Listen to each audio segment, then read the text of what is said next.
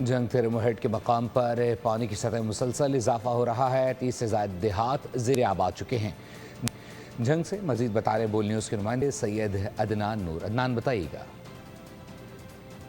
حالیہ بارشوں کے بعد دریائے چناب میں پانی کی سطح میں مسلسل اضافہ ہو رہا ہے۔ میں اس وقت رحیم براج پر موجود ہوں جو دریائے جہلم اور دریائے چناب کا سنگم ہے۔ اس وقت جہاں سے 1,85,000 کیوسک کا سیلابی ریلا گزر رہا ہے۔ اس سیلابی ریلے نے تحصیل جھنگ کے اس وقت تک 30 سے زائد دیہاتوں کو زیر آب کیا ہے، جہاں کے لوگ اپنے مال مویشی کو محفوظ مقام پر منتقل کر رہے ہیں۔ ان کے لیے بنیادی چارے کی جو فراہمی ہے اس کا بھی انتظامات لوگ کر رہے ہیں۔ اس کے ساتھ ساتھ آپ کو یہ بھی بتاتا چلوں کہ ضلعی حکومت کی جانب سے فلڈ کنٹرول روم بھی قائم کیا گیا اور ضلعی آفیسر ڈپٹی کمشنر جھنگ کی قیادت میں گاہے بگاہے پشتوں کی نگرانی کو دیکھا بھی جا رہا ہے۔ جا کر اپنی پوری انتظامی ٹیم کے ساتھ وہ اس کی نگرانی بھی کر رہے ہیں اور ساتھ ساتھ 5 فلڈ ریلیف کیمپ بھی لگائے گئے ہیں، جہاں متاثرین سیلاب اگر پہنچیں گے تو انہیں بنیادی سہولیات بھی دی جائیں گی۔ اس کے ساتھ ساتھ ضلع انتظامی کی جانب سے متعلقہ جو موضع جات ہیں جو متاثر ہو سکتے ہیں وہاں بھی الرٹ جاری کیا گیا اور لوگوں کو بتایا جا رہا ہے